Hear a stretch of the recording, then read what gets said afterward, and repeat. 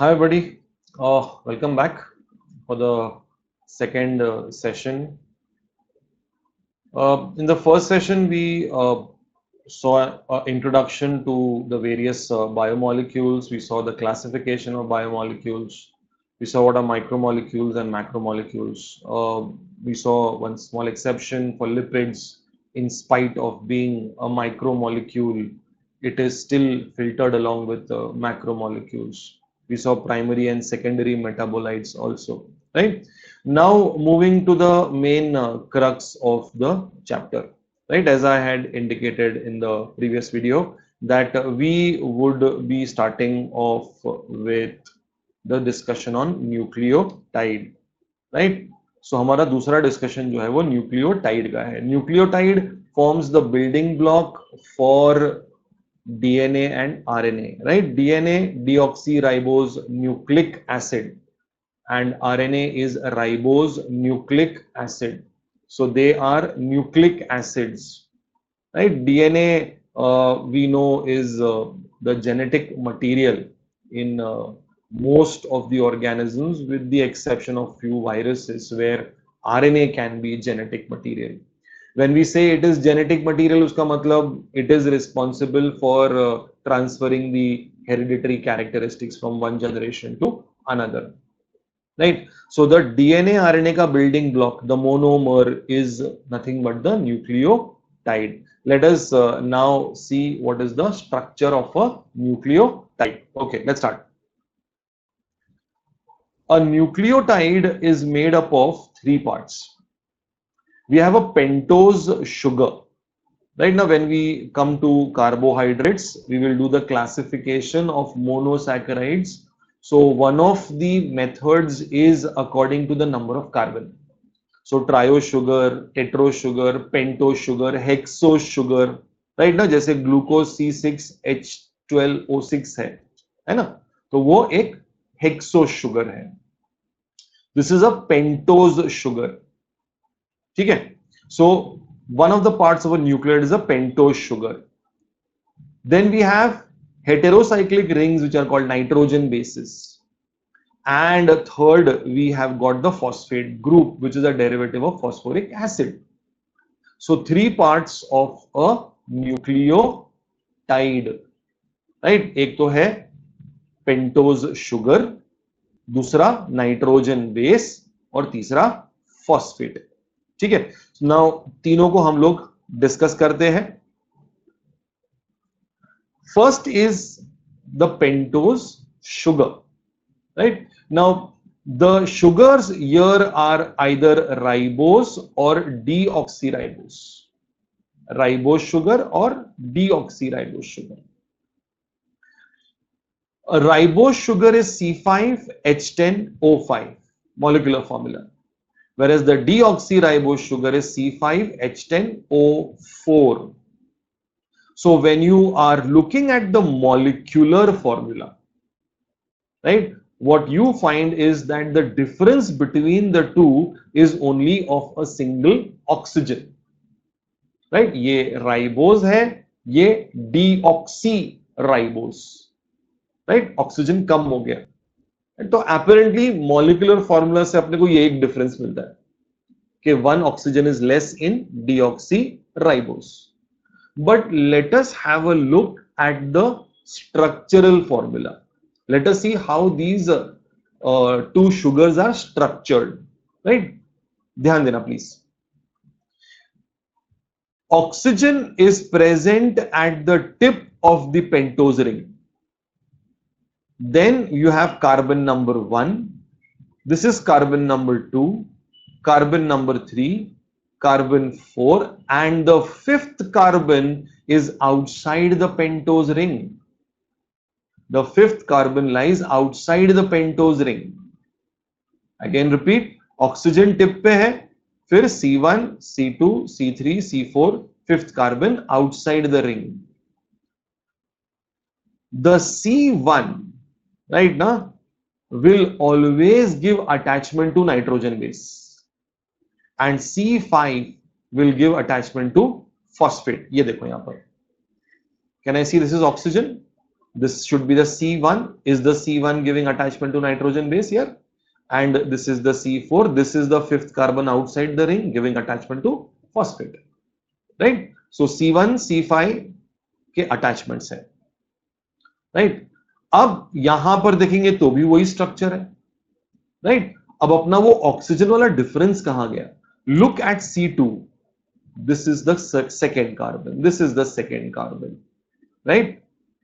In ribose, the second carbon को attached है OH, hydroxyl group, whereas in deoxyribose, second carbon को attached है H group, right? Apparently अपने को difference क्या दिख रहा था? सिर्फ एक ऑक्सीजन का, लेकिन अब स्ट्रक्चरल फॉर्मूला देखने के बाद we find that the difference is not of a oxygen, it is of a group. Here we have a H group, here we have a OH group, right? And हर एक group की reactivity अलग होती है, तो definitely in दोनों की भी अलग होगी, राइट? सी यहां से जो है ना डीएनए और आरएनए में डिफरेंस आता है इस ग्रुप के डिफरेंस की वजह से. The H group gives the structure a lot of stability, whereas the OH group makes it a little unstable. So when we are wanting the genetic material, right, to transfer the characteristics from one generation to another, we require a stable structure. इसलिए deoxyribose, इसलिए DNA जो है genetic material बनता है, जबकि RNA ये OH की वजह से, राइबोज शुगर में ये जो OH है उसकी वजह से ये अनस्टेबल हो जाता है. और अनस्टेबल मतलब क्या? उसकी रिएक्टिविटी, यानी किसी भी चीज के साथ जल्दी वो रिएक्ट करता है, राइट? आरएनए आपको कुछ वायरसेस में मिलेगा एज अ जेनेटिक मटेरियल, इसलिए यू फाइंड दैट वायरसेस में म्यूटेशन बहुत फास्ट होता है, क्योंकि आरएनए का स्ट्रक्चर जो है ना राइबोज शुगर की वजह से थोड़ा सा अनस्टेबल हो जाता है, right? That's why DNA is the genetic material in most of the organisms, I told you, with the exception of some viruses, right? So I hope the sugar is clear. Right now very fast I'll give you the main points, right? Pentose sugar है, oxygen at the tip, C1 C2 C3 C4, fifth carbon outside the ring. First carbon को हमेशा attach रहेगा nitrogen base और fifth carbon को attach रहेगा phosphate. ठीक है, तो डीऑक्सीराइबोज, राइबोज क्लियर हो गया अपना. Next is nitrogen base, right? कहां अटैच होता है? फर्स्ट कार्बन को. It is attach to the first carbon. Okay, now nitrogen bases as we said are heterocyclic compounds. We have two types of nitrogen bases. We've got purines and pyrimidines. Purines and pyrimidines. Purines दो तरह के अपने पास, adenine और guanine. Right? Look at all the purines. Do you find that these are large in structure and dicyclic? दो rings हैं यहाँ पर. Whereas the purines are smaller and monocyclic. एक ही ring compound है ये, right? Purines में we have adenine and guanine, whereas pyrimidines में we have cytosine, we have uracil and thymine. देखो ब्रैकेट में नीचे कंडीशन ऐड किया हुआ है. Thymine में it is found only in DNA, not in RNA, whereas uracil is found in RNA and not in DNA, right? यानी DNA RNA में तीन नाइट्रोजन बेसिस कॉमन है, एडेनाइन, ग्यूएनाइन, साइटोसिन. whereas डीएनए में जो चौथा मिलेगा वो थाइमिन होगा और आरएनए में जो चौथा मिलेगा वो यूरासिल होगा. So the presence of thymine and uracil will indicate to us that it is either a DNA or an RNA. ठीक है, अब one small extra point, right? I'll just zoom in so you can see it a little more clearly. ये देखो, in a purine, it's a nitrogen base. The position of the nitrogen, can you see carbon first पे nitrogen है, third पे है, 7th पे है और 9th पे है। यानी प्यूरिन्स में जो नाइट्रोजन्स है वो कार्बन 1, कार्बन 3, कार्बन 7, कार्बन 9, ये 4 पोजीशंस पे है, राइट। यहां पर भी आप देखेंगे तो सेम मिलेगा, 7 9 पे मिलेगा आपको, राइट, 1 3 7 9, ठीक है। और 4 और 5 जो है the carbon are the carbons where both the rings get attached. So 4th और 5th कार्बन से दोनों अटैच होते हैं। Have a look at pyrimidine. Pyrimidine में नाइट्रोजन का पोजीशन 1 and 3 है, राइट। सो प्यूरिन्स में 1 3 7 9 और पिरिमिडीन में 1 and 3, राइट। ये पोजीशन है, राइट। कभी कभी ये लोग ये आउट ऑफ टर्न ना, they ask this kind of a question. Okay, so purines कितने हैं? एडेनाइन, ग्यूएनाइन। पिरिमिडीन्स कितने हैं? 3, साइटोसिन, यूरासिल, थाइमिन। यूरासिल सिर्फ आरएनए में और थाइमिन सिर्फ डीएनए में, ठीक है। Again I am repeating, nitrogen base sugar के किस कार्बन को अटैच्ड होगा? C1, right. ये देखो C1 पे अटैच्ड है और C5 पे अटैच क्या होगा? फॉस्फेट। ये रहा third.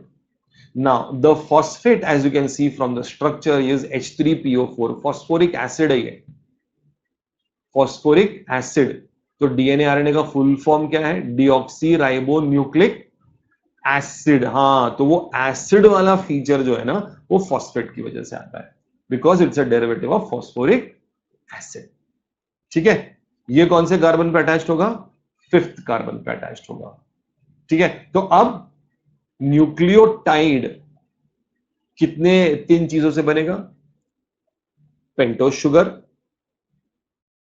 Nitrogen base, and third is phosphate.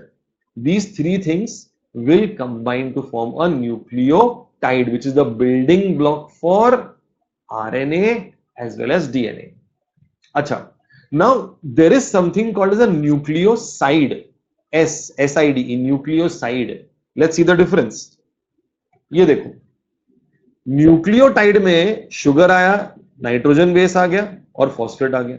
लेकिन जब इसी स्ट्रक्चर में से you remove phosphate, what you end up with is a nucleoside. मतलब nucleotide minus phosphate is equal to nucleoside. कहीं लिख देना, न्यूक्लियोटाइड में से if you remove phosphate it is a nucleoside.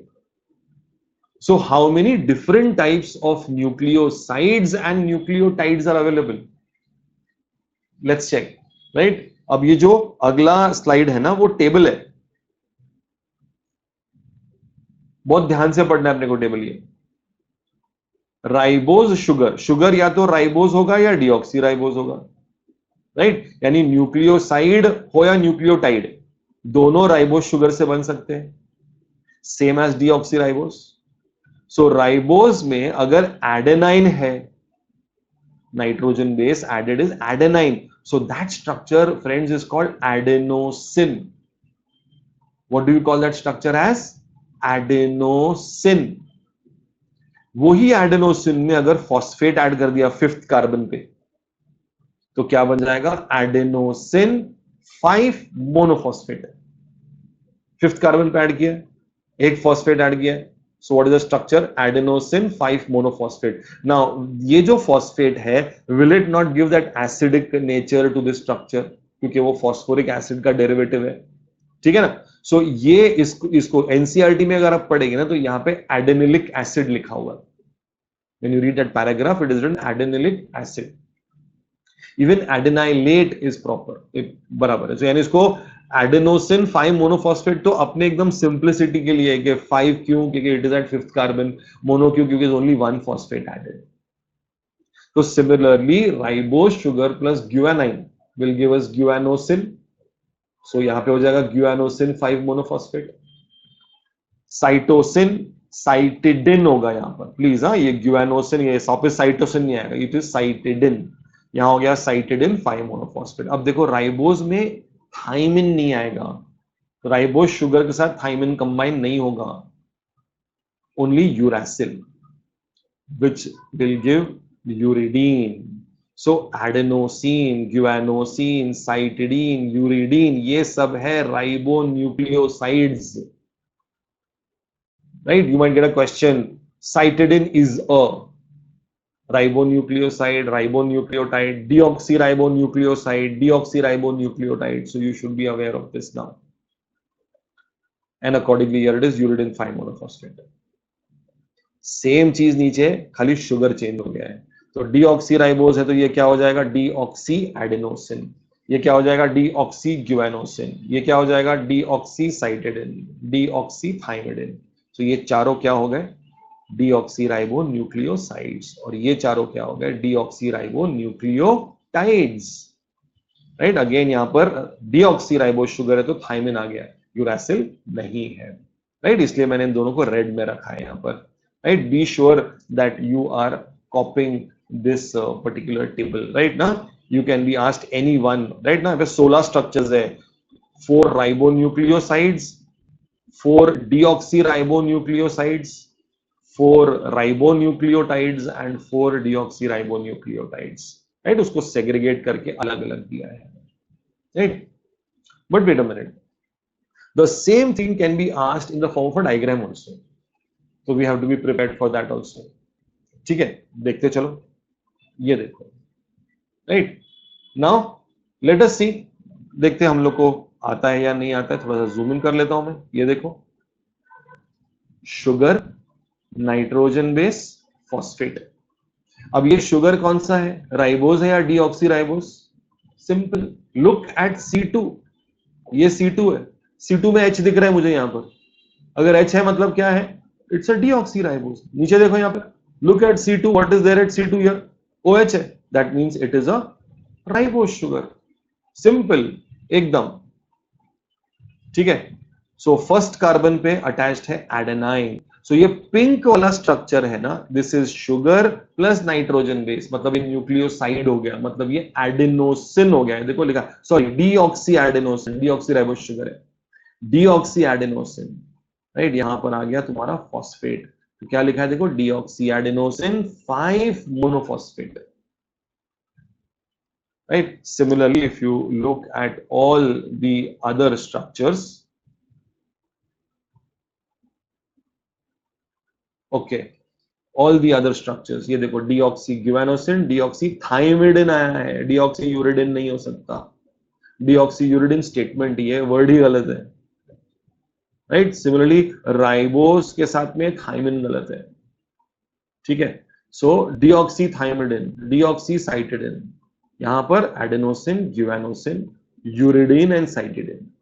सो ये जो पिंक बेस है वो न्यूक्लियोसाइड है, और फॉस्फेट को ऐड कर देंगे बाहर से, फॉस्फेट को बाहर रखा है, अंदर लेके आएंगे तो क्या बन जाएगा, nucleotides. Right, so this structure can also be helpful so that you can study what are nucleosides and nucleotides। ठीक है, अब एक छोटा सा पॉइंट, एक मिनट, हाँ,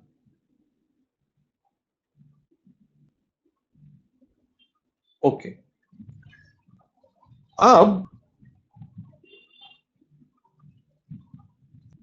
ये देखो, ब्रश ले लेते हैं हम लोग। ठीक है, now let us try and make one nucleotide। Right, you tell me whether we are doing this correct or not। ठीक है, सो अब मैं बना रहा हूं एक pentose sugar. Right, please forgive me। right now this is first time trying out, oxygen at the tip, this should be carbon 1, this should be carbon 2, this should be carbon 3, यहां पर आएगा कार्बन 4, और यहां पे आ जाएगा carbon number 5। अब कैसे पता चलेगा कि ये राइबोज शुगर है या डीऑक्सी राइबोज शुगर? क्या तरीका बताया हम लोग ने, C2। C2 पे मैं रखता हूं OH, मतलब ये कौन सा शुगर बन गया, ये बन गया राइबोज शुगर। ठीक है, अब C1 पे मैं डालता हूं एक नाइट्रोजन बेस, एडेनाइन। तो अब ये क्या बन गया, ये बन गया एडेनोसिन, बराबर है। C5 पे हम लोग डालते हैं एक फॉस्फेट, तो ये क्या बन गया अभी, adenosine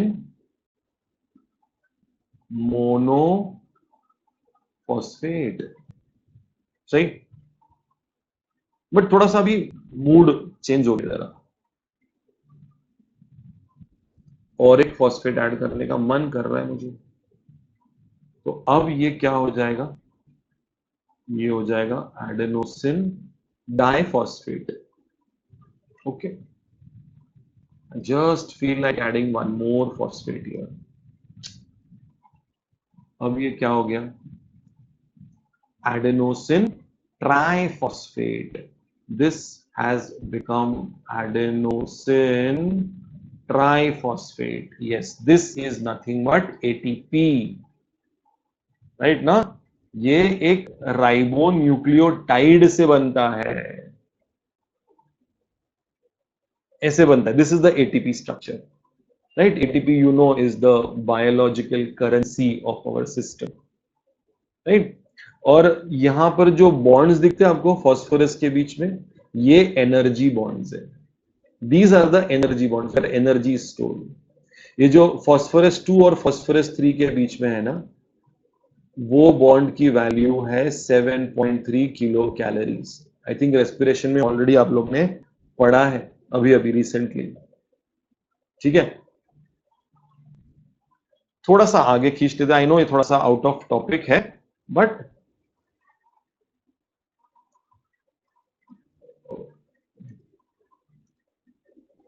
C6H12O6 plus 6O2 plus 6CO2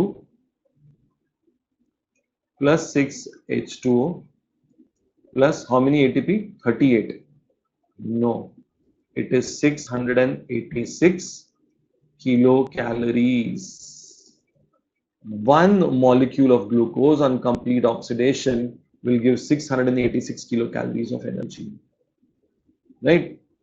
Now, if I have to make ATP, third bond में कितना था, 7.3, राइट। सो अगर मेरे पास एटीपी है